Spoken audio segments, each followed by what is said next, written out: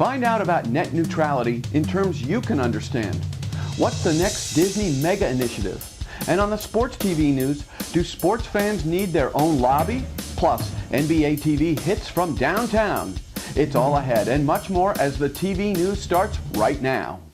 This is the TV News, the industry's only daily video report, brought to you by American Ingenuity TV. For all of your electronic marketing and creative needs, American Ingenuity TV is simply the solution. Welcome to the TVNews.TV for Friday, October 23rd, and here are today's top stories. Net neutrality. It's a phrase that's being tossed about with impunity these days, but what does it really mean? Well, it simply is representative of a principle that ensures that the internet will remain free of any type of restrictions or regulations. As the FCC moves to craft policy on net neutrality, Senator John McCain has taken preemptive action.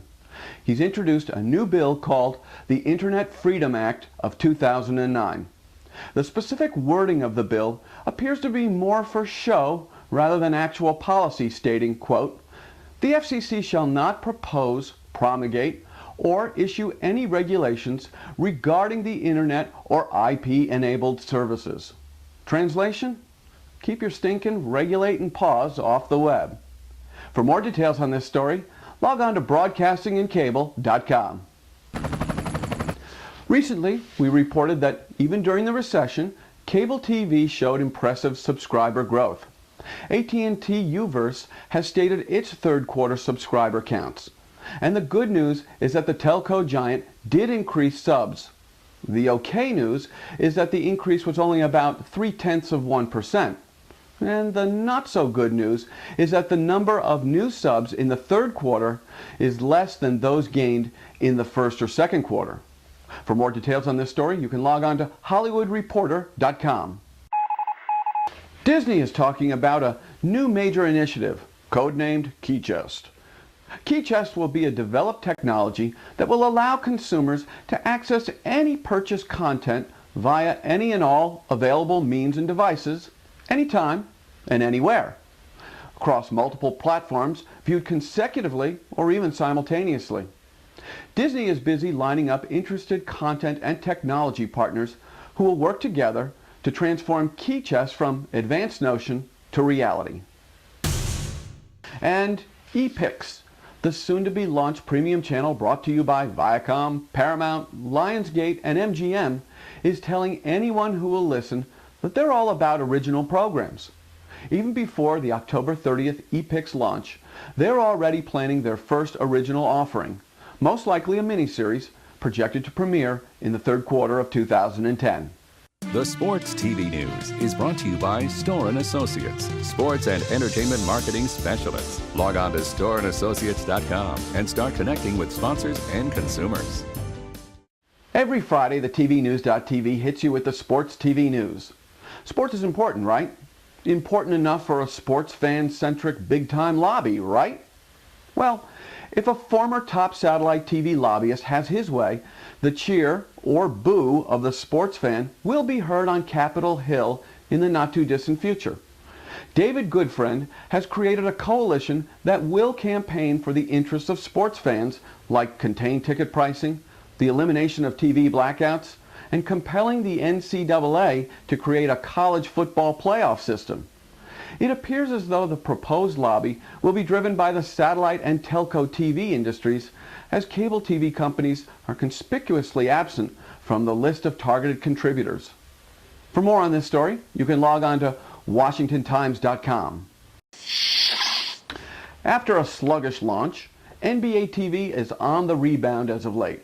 The NBA network of record has forged new multi-year deals with Time Warner Cable, Cablevision, and Dish Network. Plus, NBA TV has announced new carriage deals with Comcast, Cox, DirecTV, and Verizon. This high-tempo distribution activity will expand NBA TV's universe to 45 million homes. And as the Steve Phillips ESPN sex scandal coverage goes exponential on other media outlets, your source for sports has remained curiously quiet, and after an initial apparently final statement, has clammed up more than an entree at the Oyster Bar in Grand Central. Containing the collateral damage does not seem to be an employed strategy, and the dearth of any additional information from ESPN has clearly thwarted the news-gathering community at large. Now, some are wondering if ESPN is really committed to sports reporting vis-a-vis the real-life Steve Phillips fatal attraction. And finally, good news. Governor Schwarzenegger, ja, the Governator, has signed a California bill that effectively clears the way for a new stadium just east of LA in Walnut, California. And that could finally mean the return of NFL someday soon to America's #2 TV market. And for more details, you can log on to usatoday.com. Future events and opportunities brought to you by Dude Walker. Get the best voice, get the best price. Get Dude at dudewalker.com. 2 days, only 2 days until the CTAM Summit in Denver. Online registration ends today. And for more information, you can log on to ctam.com. Registration is now open for the 2010 NAPI Market and Conference in Las Vegas. Yeah, it's Vegas, baby. To register, click the banner just below this viewing box, or you can log on to napimarket.com.